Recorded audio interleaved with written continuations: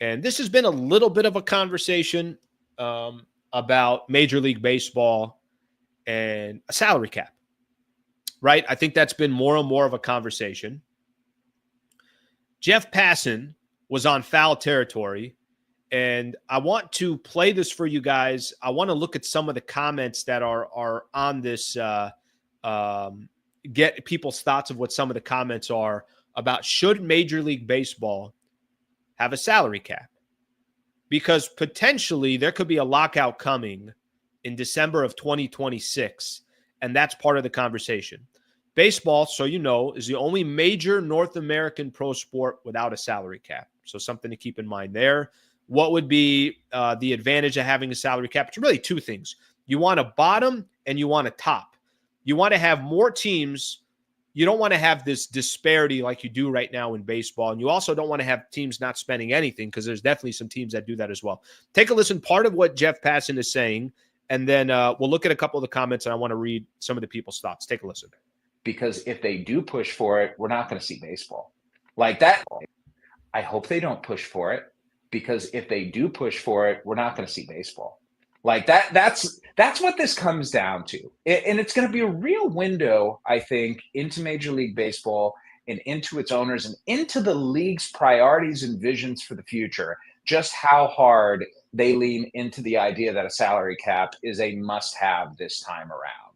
If they do, that means that they are prepared to shut down the sport. Because, look, unless something miraculous happens, MLB is going to lock out the players in early December of 2026. Like, that's just, Rob Manfred telegraphed it already. It's part of their playbook. It's part of what they use. It's trying to get leverage. Like, I get it, because those months, during the off season, you're not missing games, but this has a chance to be a lot darker and a lot worse than 4 years ago, when we saw this same thing happening, barreling toward opening day and wondering, are we going to have baseball?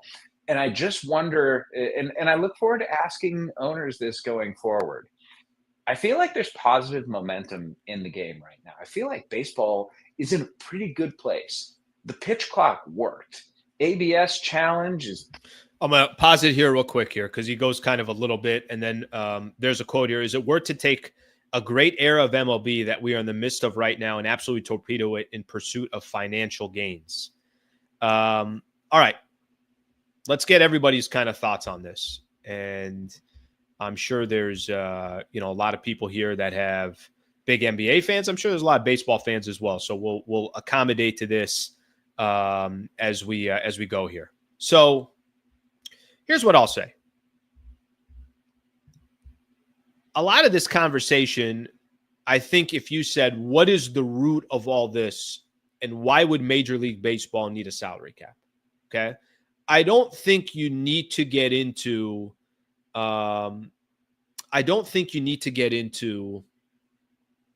well, other sports do it and your sport should do it. I don't think that's a good enough case. I think the case is it better for the league as a whole if they do have a salary cap? So I was looking at this a little bit earlier. MLB teams with the highest 2025 payrolls. You know what? Let me ignore who the teams actually are. Okay? I don't even think that's relevant right now. All right? But let me just tell you the team who spends the most, what that dollar amount is, to the team that spends the least. Okay? And I think for me, this is part of the discussion about a salary cap, because a salary cap is not just trying to stop teams from spending. It's also trying to stop teams from not spending at all, because there's certainly teams in every league that does that, specifically in baseball. So the team with the highest payroll in 2025 spends $322 million this upcoming season. The team at the bottom, $47 million. $48 million. Let's round out. It's $47.9. There is a $280 million difference, $270 million difference between the team that spends the most and the team that spends the least. That's a problem. And if you keep going up the list, okay, the next team, 57 million, the next team, 58 million, 73 million, 78 million. I'm just looking at the bottom 5 versus the top 5. 322, 312, 278, 275, 234. I think what a healthy league is, one man's opinion here. I think parity is good for sports. I think one of the things that makes the NFL so phenomenal is the NFL, and I'll throw the NBA into this category as well, because I think both sports are doing it right now. I have no idea who's going to win every year. And I do understand baseball can be a little bit, anything can happen in the playoffs. But listen, money can get you in the playoffs. Money can help you win a division. I mean, there's a lot of things that come with it. And money is not the only thing. I could look at the Phoenix Suns. Phoenix Suns have the highest payroll in the NBA, and they're fine for a number 10 spot. Just because you have money, it doesn't mean you're spending money wisely. But the gap in Major League Baseball between some of these other teams, that's absurd. You want to have a competitive league. I think you want to have a little bit more of what the NFL and the NBA has created. I think markets are still going to always have advantages. The NBA has a salary cap. Lakers still have advantages, period. And they're always going to have ththose advantages. They're the Lakers. They're in the LA market. But you can also have the Oklahoma City Thunder have the best team in the NBA. Cleveland have the best record in the Eastern Conference. You can still have parity. Indiana can be a top 4 team. Houston, Memphis, Denver, all these other teams can compete as well, on top of the big markets competing as well. I think for me, I don't know what Major League Baseball, if they're going to have a lockout in 2026, but this is the first time I feel like there's real discussion about might have to lock it out. I don't blame any of the current teams in Major League Baseball for taking advantage of the rules. I don't blame them. If those are the rules that are in play, then those teams should take advantage of it. I really don't like the teams that say, we're not going to spend any money and we're going to sit back here at the bottom and we don't care whether our fan base likes it or not. We're making money. That's also bullshit. That should also not be able to happen. I was looking at the NBA team payrolls and just kind of trying to have an idea. The disparity in the NBA, I told you guys, the disparity in Major League Baseball is 322 million to 48 million. That's the disparity. Team that spends the most, team that spends the least. In the NBA, it's 220 million that spends the most, and the least is 140. That gap is $80 million. It's not $250 million. It's a big difference. And by the way, the only reason why that gap is so high is because the Phoenix Suns are complete idiots and their owner, Matt Ishbia, is spending the way he is. Because if you actually look at the number 2 and the number 3 teams, the gap's actually a lot smaller. Minnesota spends 204, Boston spends 195. That's more of the average of where, some of these other teams are. A lot of these teams, like if you look at Boston, they spend 195, Cleveland spends 172. There's only a $20 million gap there. So it's kind of interesting how this all unfolds. I will tell you, I think parity is good for sports. I think the NFL has created this. KC can win. The Giants used to have a great run. The Patriots used to have a great run. The Rams in LA, the San Francisco 49ers, the Detroit Lions, the Minnesota Vikings, the Philadelphia Eagles, everybody's got a shot. It's who runs their organization the best. But to have that much of an advantage, or other owners who just won't spend money and are keeping it for themselves, I don't think that's a healthy league. We'll see what eventually happens. All right, let me take a look at some of the comments here as we go. Blame the ownership. Yeah, I don't disagree with you on that. I don't disagree with you on that. But I think having a salary cap also forces those other owners, you got to spend too. You can't be sitting here spending 50, 60, $70 million on a payroll and have no shot at competing the way all these other teams are actually. You kind of look at the top 15 teams in Major League Baseball as far as what they spend. It seems like they are actually trying to win. All right, let's get a look at here.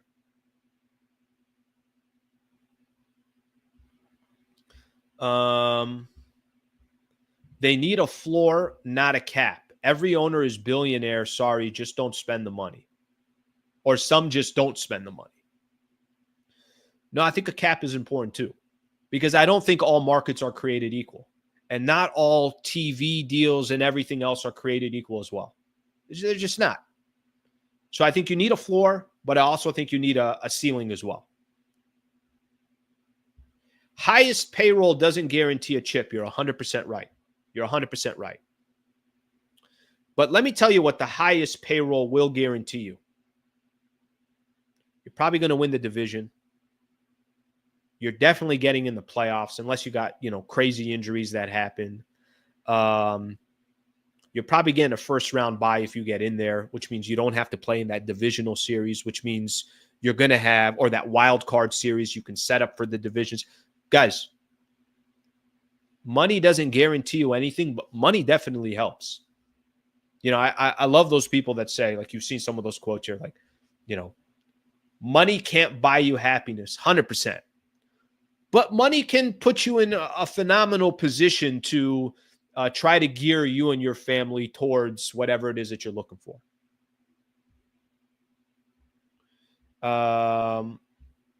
Let's get another one in here.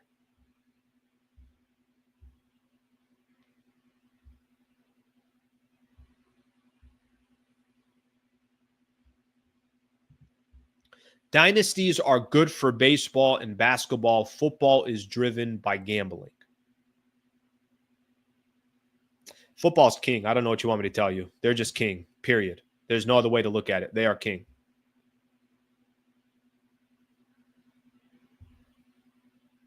It's a good one here. Fans of those cheap franchises should boycott their games to send a message to their. What's funny? I've always said this. I've always said that. I don't think people understand how much power they have. Because if you decided tomorrow, I'm just using this as an example. If there's a baseball team out there that decided, you know what, we don't like what our ownership's doing. Here's what we're going to do. As a community, for one homestand, we're going to try to encourage as many people as possible not to go to games. The least amount of people to go to games, and we're going to make a story out of this, and local TV stations are going to pick it up, and radio stations, and you're not competing, we're not showing up. Could have impact. Alex Renteria. And it's not just spending money, but spending it wisely. Padres' contract of Machado and Alexander are terrible. My squad, my team, Padres, I think have some of the worst contracts in Major League Baseball. I do. That Xander Bogaerts trade, or that Xander Bogaerts contract, might be the worst contract in baseball. And if somebody's got a worse one than that, then come tell me about it, because I'd love to feel a little bit better not thinking that they do. Guys, money can't buy everything. You still got to be smart. You still have to be strategic. You still have to have a good front office. You still have to have a good farm system.